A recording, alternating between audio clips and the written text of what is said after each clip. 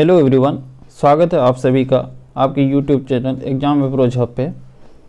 31 जनवरी के जो महत्वपूर्ण करंट अफेयर्स हैं, आइए हम लोग देखते हैं। इससे पहले यदि आपको वीडियो अच्छा लग रहा है तो यूट्यूब चैनल पर जाकर चैनल को सब्सक्राइब कीजिएगा और वीडियो को लाइक कीजिएगा और अपना महत्वपूर्ण सुझाव जो है कमेंट बॉक्स में ज़रूर दीजिएगा। तो आइए हम लोग देखते हैं आज के जो महत्वपूर्ण जो करंट अफेयर्स हैं इसके देखते हैं। तो पहला क्वेश्चन है कि ल्यूमिनस पावर टेक्नोलॉजी ने किस राज्य में देश की पहली हरित ऊर्जा आधारित सौर पैनल निर्माण फैक्ट्री बनाने की घोषणा की है। तो राज्य है आपको उत्तराखंड। उत्तराखंड में जो है आपको ल्यूमिनस पावर टेक्नोलॉजी ने अपनी जो है देश की पहली हरित ऊर्जा आधारित सौर पैनल जो है आपको निर्माण फैक्ट्री बनाने की घोषणा की है। उससे पहले अगर उत्तराखंड की बात करें तो उत्तराखंड में ही हिमालयन मसाला उद्यान जो है बनाया गया है, जो कि देश का पहला जो है आपको हिमालयन मसाला उद्यान बनाया जाएगा। वो कहाँ बनाया जाएगा? उत्तराखंड के रानीखेत में बनाया जाएगा। उत्तराखंड में ही जो वहाँ के मुख्यमंत्री हैं पुष्कर सिंह धामी, उन्होंने प्रत्येक जिले में एक संस्कृत भाषी गाँव बनाने का भी निर्णय लिया है।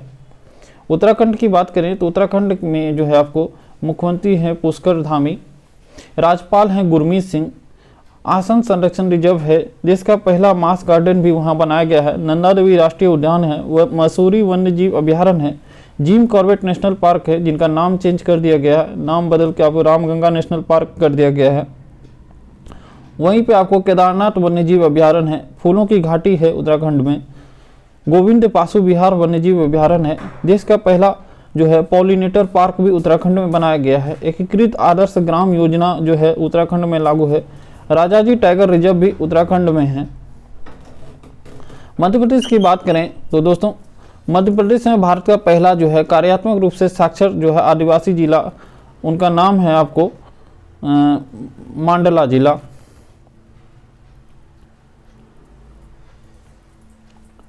मांडला जिला जो है ये आदिवासी यहाँ के जितने भी हैं उसको साक्षर बनाया गया है। वहीं अगर हम पूरी तरह से डिजिटल साक्षरता वाला पंचायत की बात करें तो वो है आपको पुल्लमपारा पंचायत।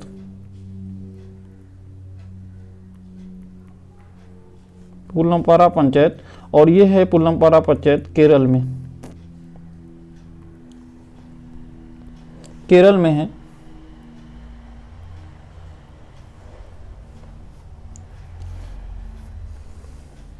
उत्तर प्रदेश की बात करें तो उत्तर प्रदेश में जो है भारत का पहला एजुकेशन टाउनशिप स्थापित किया गया है उत्तर प्रदेश में। दोस्तों अगले प्रश्न पे चलते हैं हम लोग। अगला प्रश्न है कि हाल ही में राष्ट्रपति द्रौपदी मुर्मू ने राष्ट्रपति भवन में प्रतिष्ठित मुगल गार्डन का नाम बदलकर क्या रख दिया है? तो मुगल गार्डन का नाम बदलकर यहाँ पे अमृत उद्यान रख दिया गया है। मुगल गार्डन की स्थापना जो है 1928 में अंग्रेजों के द्वारा की गई थी। अंग्रेजों के द्वारा जो है इसका निर्माण करने के बावजूद इनका नाम जो है मुगलों के नाम पे पड़ा। इसका एक कहानी है कि 16वीं शताब्दी में जब मुगल साम्राज्य का यहाँ पे आक्रमण हुआ, मुगलों का आक्रमण हुआ और मुगल साम्राज्य यहाँ पे स्थापित हुआ भारत में, तो मुगलों ने देश भर में हजारों बाग लगाए और यहाँ तक कि दिल्ली में 1200 से अधिक बाग जो है दिल्ली में मुगलों के द्वारा लगाया गया। और इसी कारण अंग्रेजों ने मुगल परंपराओं को अंग्रेजी सौंदर्य शास्त्र के साथ मिला लिया और इस कारण इनका नाम जो है मुगल गार्डन पड़ा। मुगल गार्डन का जो है आपको डिजाइन देखिएगा तो ये आपको जम्मू कश्मीर और ताजमहल जो है उनके जो गार्डन है बगीचे हैं उससे प्रेरित है। मुगल गार्डन में 4 बागों में बांटा गया है, 4 बागों में इसको मुगल जो है गार्डन को बांटा गया है। और 4 बाग इस प्रकार हैं, एक है चतुर्भुजाकार बाग, एक है लंबा बाग, एक है पर्दा बाग और है एक वृत्ताकार बाग। वृत्ताकार, इस 4 भागों में जो है आपको मुगल गार्डन को बांटा गया है और अब इसका नाम जो है आपको अमृत उद्यान रख दिया गया है। नाम बदलने की परंपरा अगर है तो भारत में जो है अभी जो हाल फिलहाल में नाम बदला गया है तो उसमें जो है आपको एक है फैजाबाद नाम का नाम बदल के अयोध्या कर दिया गया। मुगलसराय रेलवे स्टेशन का भी नाम बदला गया है, उसका नाम रख दिया गया है पंडित दीनदयाल उपाध्याय।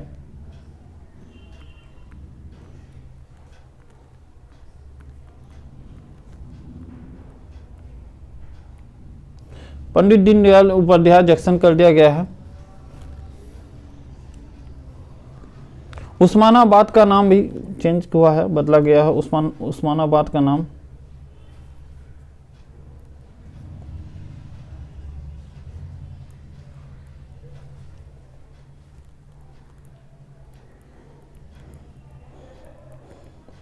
उस्मानाबाद का नाम जो है आपको ये महाराष्ट्र में धाराशिव नगर रखा गया है।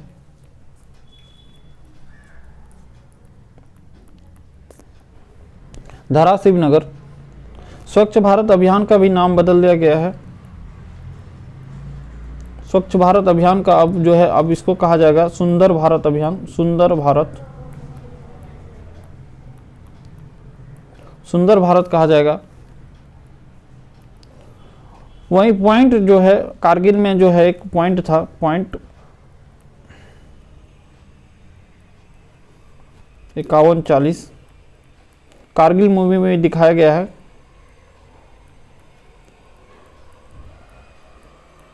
कारगिल में दिखाया गया था पॉइंट 5140 और इसका भी नाम बदल के अब रख दिया है गन हिल।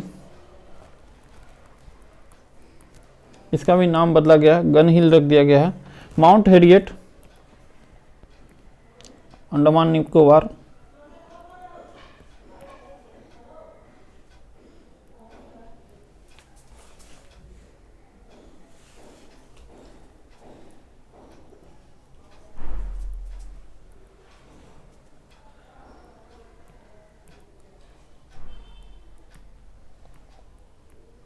माउंट हैरियट जो है अंडमान निकोबार में, इसका नाम माउंट मणिपुर कर दिया गया है। माउंट मणिपुर जो है ये अंडमान निकोबार में माउंट हैरियट, इसका नाम माउंट मणिपुर कर दिया है। जिम कॉर्बेट का नाम कर दिया गया है रामगंगा राष्ट्रीय उद्यान। वहीं नेहरू संग्रहालय जो था पहले, उनका भी नाम चेंज हुआ है। नेहरू संग्रहालय को अब प्रधानमंत्री संग्रहालय कहा जाने लगा है।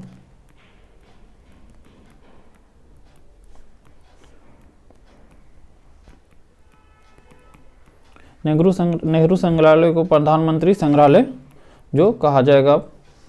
तो ये जो है नाम चेंज किया गया है। आइए अगले प्रश्न में हम लोग चलते हैं। तो अगला प्रश्न है, देखिए भारत ने पहली बार जो है आईसीसी अंडर 90 महिला T20 विश्व कप फाइनल में किस देश को हराया। तो ये जो है पहला बार ही हुआ था आईसीसी का जो है अंडर 90 महिला T20 विश्व कप, और इसमें जो है भारत ने इंग्लैंड को हराकर पहली बार जीत हासिल की है और पहला भी बार ही हुआ था। वैसे भी भारत जो है आईसीसी का जो है T20 वर्ल्ड कप भी पहली बार आयोजन हुआ था और पहली बार भारत ही जीता था, और इस बार भी भारत यहाँ पे जीता है। और इसका आयोजन जो हुआ था आपको साउथ अफ्रीका में हुआ था।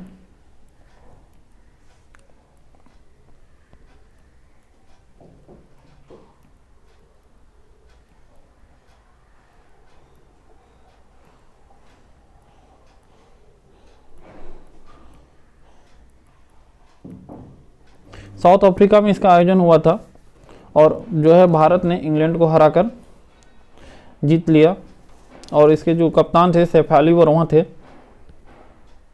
तो पहला आयोजन जो कि भारत जीत गया। अगर T20 जो है वर्ल्ड कप की बात करें तो आपको T20 वर्ल्ड कप में जो इंग्लैंड की ने जीता था आपको पाकिस्तान को हराकर।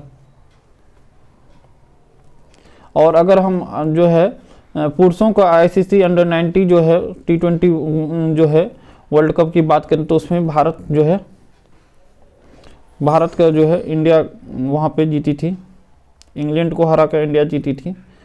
यशदुल कप्तान थे और इंडिया का ये जो है 5वीं जीत थी। अभी तक अंडर 90 का जो है वर्ल्ड कप भारत ने 5 बार जीता है। आईसीसी के अभी जो है पुरस्कार का वितरण किया गया है। तो आईसीसी जो पुरस्कार वितरण किया गया है, तो आइए हम लोग जो प्रमुख पुरस्कार है इस पर हम एक बार देख लेते हैं हम लोग। तो ICC men's cricketer of the year, ICC का जो है mains cricketer of the year ICC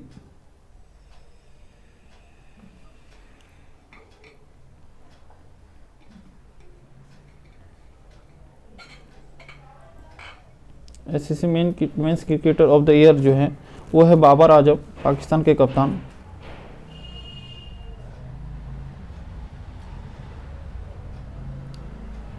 Babar Azam है। और आईसीसी का जो है women's cricketer of the year महिलाओं का, तो वो है नट सैवर, इंग्लैंड की नट सैवर। आईसीसी के men's cricketer of the year हैं वो है बाबर आजम, और ICC men's cricketer women's cricketer of the year हैं वो है नट सैवर जो कि इंग्लैंड की हैं। अगले पुरस्कार में हम लोग देखें तो अगला पुरस्कार है आपको ICC cricketer of the year का, तो हो गया ICC men's test cricketer of the year. Test का क्रिकेटर ऑफ द ईयर वो है बेन स्टोक, इंग्लैंड के ऑलराउंडर बेन स्टोक। वनडे जो है आईसीसी का जो है वनडे क्रिकेटर ओडीआई के क्रिकेटर ऑफ द ईयर हैं वो है बाबर आजम।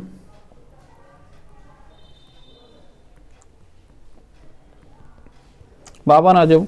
वहीं अगर जो है आपको आईसीसी के जो है वुमेन्स का one day cricketer of the year वो है नट सैवर, इंग्लैंड की नट सैवर। जो है आईसीसी टी20 जो है आपको टी20 क्रिकेटर ऑफ द ईयर वो है सूर्य कुमार यादव, भारत के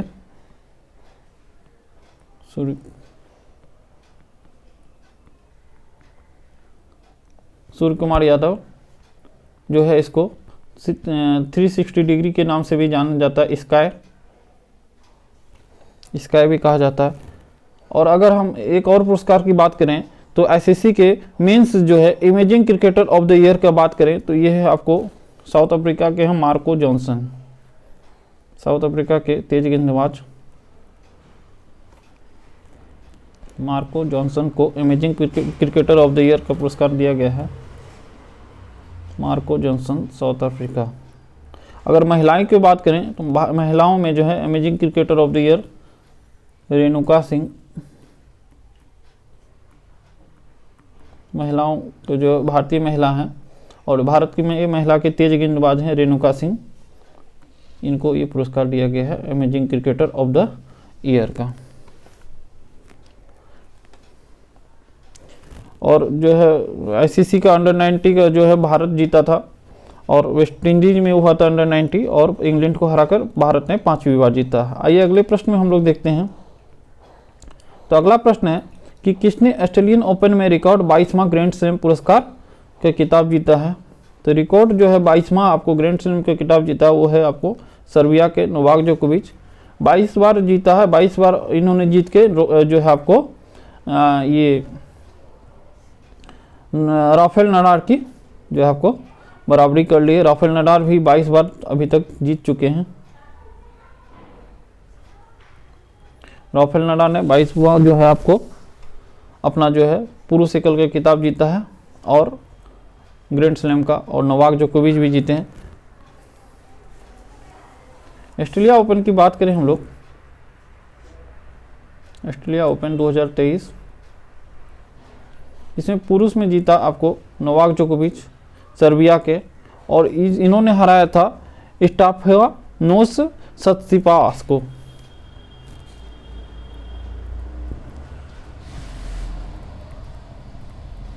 स्टेफानोस त्सित्सिपास ग्रीस के हैं।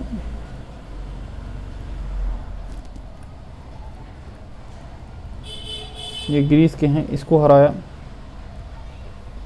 अगर हम महिला एकल की किताब की बात करें तो महिला एकल की किताब जो है आपको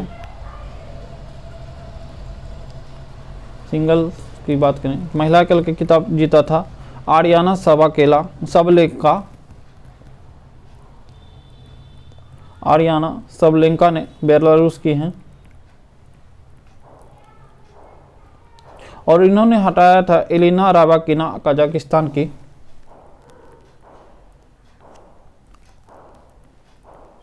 एलिना राबाकिना जो कि कजाकिस्तान की है, इनको हरा के जो है महिला सिंगल का खिताब जीता था आरियाना जो है सबलेंका ने।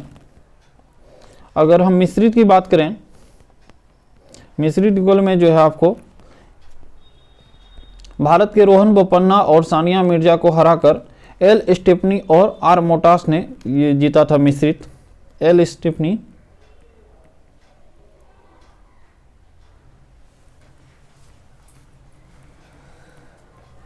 स्टेफनी और आर मोटास।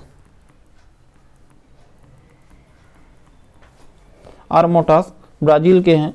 इन्होंने जो है भारत के रोहन बोपन्ना और सानिया मिर्जा को हराकर मिस्ट्री युगल का खिताब जीता था। आइए अगले प्रश्न में हम लोग देखते हैं। तो आज का 5वां प्रश्न है कि हाल ही में भारत ने किस देश के साथ सांस्कृतिक सहयोग पर 5 वर्ष के लिए समझौता किया है? तो है मिस्र। कौन सा देश है? मिस्र। और मिस्र के जो राष्ट्रपति हैं, अभी आपको 26 जो है जनवरी में स्वतंत्रता दिवस के मुख्य अतिथि थे मिस्र के राष्ट्रपति। अगले प्रश्न में हम लोग देखेंगे। तो अगला प्रश्न है कि हाल ही में भारत ने 12 से अधिक चीते लाने के लिए किस देश के साथ समझौता किया? तो भारत ने समझौता किया है आपको दक्षिण अफ्रीका के साथ। इससे पहले जो है आपको 8 चीता भी लाया गया था, वो दक्षिण अफ्रीका देश था, नामीबिया।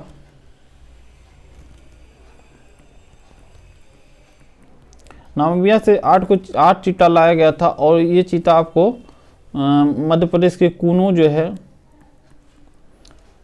कूनो नेशनल पार्क में लाया गया था, मध्य प्रदेश में आपको 8 चीता। और जो है अभी फिर 12 चीता के लिए जो है साउथ अफ्रीका से समझौता किया गया है। अगर हम 53वां टाइगर रिजर्व की बात करें, 53वां टाइगर रिजर्व पहले जो है गुरु घासीदास को कहा गया था, लेकिन गुरु घासीदास का जो है अभी तक मान्यता नहीं मिला है। तो इसीलिए जो 53वां टाइगर रिजर्व होगा वो होगा आपको, जो इसको मान्यता मिला है 53वां टाइगर रिजर्व, वो है Ranipur tiger reserve. Ranipur tiger reserve. और ये रानीपुर टाइगर रिजर्व जो है आपको ये उत्तर प्रदेश में है। कहाँ पे है? उत्तर प्रदेश में है। इससे जो है आपको 53वां टाइगर रिजर्व का मान्यता मिला है। तो अब गुरु घासीदास को अगर मान्यता मिलेगा तो वो 54वां टाइगर रिजर्व होगा। इसके बाद जो है T-2 जो पुरस्कार दिया गया था, ये प्रश्न पूछा भी गया था बिहार एसएससी के एग्जाम में, और ये पुरस्कार जो है आपको सत्यमंगलम टाइगर रिजर्व को दिया गया था, तमिलनाडु।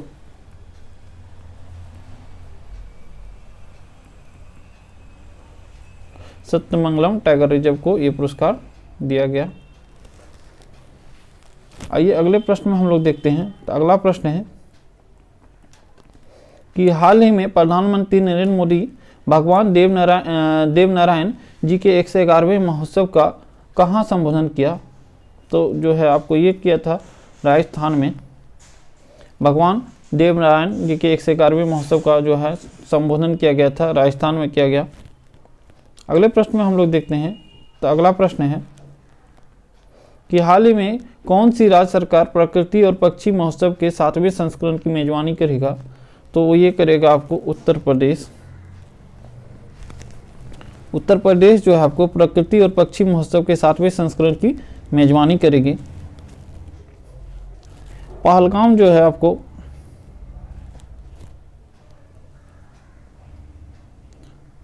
पहलगाम पक्षी जो है महोत्सव, ये कहाँ मनाया जाता है? पक्षी महोत्सव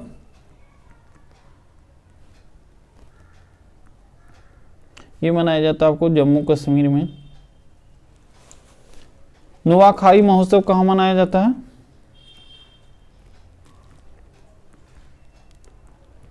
नुआखाई महोत्सव ओडिशा में मनाया जाता है। बथुकम्बा उत्सव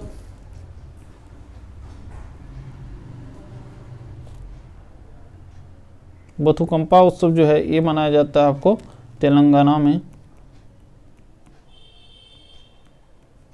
तेलंगाना में मनाया जाता है।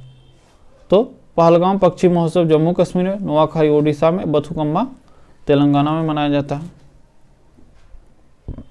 अगले प्रश्न में हम लोग देखेंगे। तो अगला प्रश्न है कि हाल ही में United Nation Education Scientific and Cultural Organization यानी यूनेस्को जो है आपको ने किस देश के ओडिशा का जो है आपको डेंजर साइट में एक विश्व धरोहर घोषित किया है? तो एक जो विश्व धरोहर का जो है चुनाव किया गया है वो है आपको यूक्रेन में। कहाँ पे? यूक्रेन में जो है आपको विश्व धरोहर का चुनाव किया गया है। यहाँ पे यूनेस्को का चर्चा है, तो यूनेस्को के बारे में थोड़ा सा हम लोग जानते हैं। यूनेस्को जो है आपको इसके जो स्थापना हुआ था 16 नवंबर 1945 को 16 नवंबर 1945 को यूनेस्को की स्थापना की गई थी।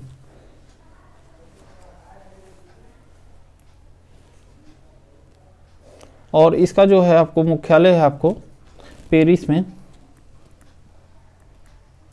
पेरिस फ्रांस में जो है इसका मुख्यालय है, पेरिस फ्रांस में। अभी तक भारत का जो है आपको विश्व धरोहर में 40 धरोहर को शामिल किया गया है, 40। और ये जो है 40 धरोहर में जो है आपको 39वां धरोहर है, आपको 39वां जो है आपको रामप्पा मंदिर है।